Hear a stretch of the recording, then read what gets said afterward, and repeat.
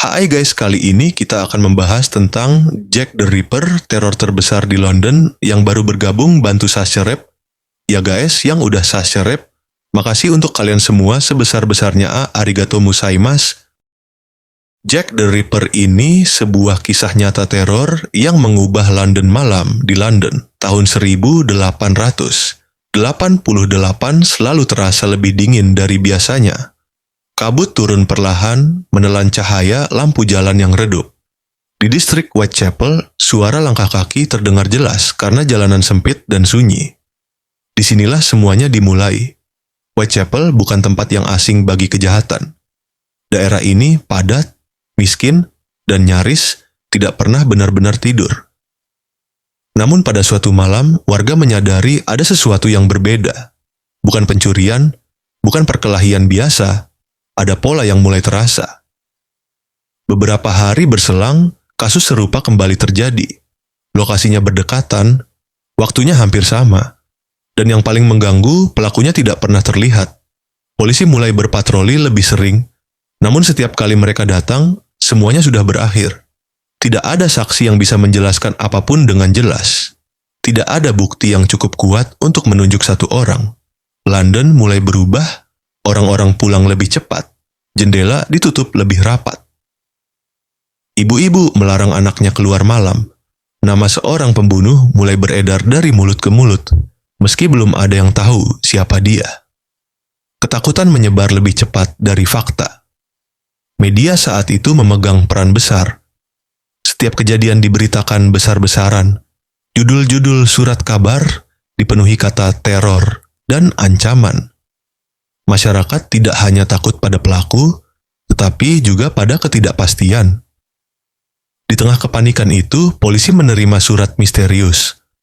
Surat itu mengejek aparat, seolah tahu betul betapa buntu penyelidikan yang sedang berlangsung. Surat tersebut ditandatangani dengan satu nama, Jack the Ripper. Sejak saat itu, nama itu melekat selamanya.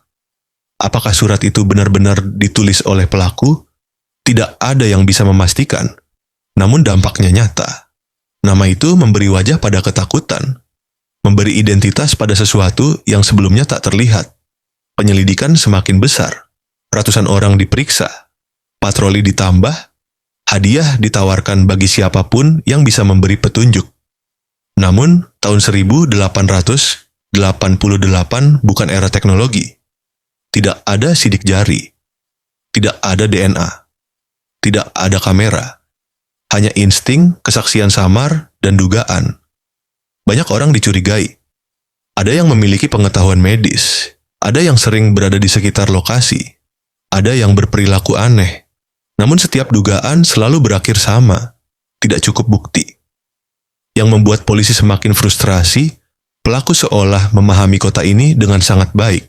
Ia tahu gang mana yang gelap, tahu jalan mana yang jarang dilewati, dan tahu kapan harus menghilang. Setiap malam berlalu dengan pertanyaan yang sama. Apakah ini akan terjadi lagi? Lalu tiba-tiba semuanya berhenti. Tidak ada laporan baru. Tidak ada kejadian serupa, tidak ada penangkapan, tidak ada pengakuan. Jack the Ripper menghilang begitu saja. Sebagian orang percaya pelaku meninggal, sebagian yakin ia pindah tempat. Ada juga yang percaya ia hanyalah orang biasa yang kembali ke kehidupan normal, berjalan di antara kerumunan tanpa pernah dicurigai lagi. Waktu terus berjalan, tahun berganti, generasi berganti, namun cerita itu tidak pernah benar-benar hilang. Kasus Jack the Ripper menjadi pelajaran pahit bagi dunia. Kepolisian menyadari betapa lemahnya sistem mereka. Ilmu forensik mulai berkembang. Cara menyelidiki kejahatan berubah selamanya. Ironisnya, dari satu kegagalan besar, lahir kemajuan yang menyelamatkan banyak nyawa di masa depan. Lebih dari 1 abad kemudian, nama Jack the Ripper masih dibicarakan. Buku ditulis, dokumenter dibuat, teori terus bermunculan, namun satu hal tidak pernah berubah, tidak ada yang tahu siapa dia sebenarnya, dan mungkin itulah yang membuat kisah ini tetap hidup. Bukan karena kekejamannya, melainkan karena satu pertanyaan sederhana yang tidak pernah terjawab. Bagaimana seseorang bisa menciptakan teror sebesar itu lalu menghilang tanpa jejak,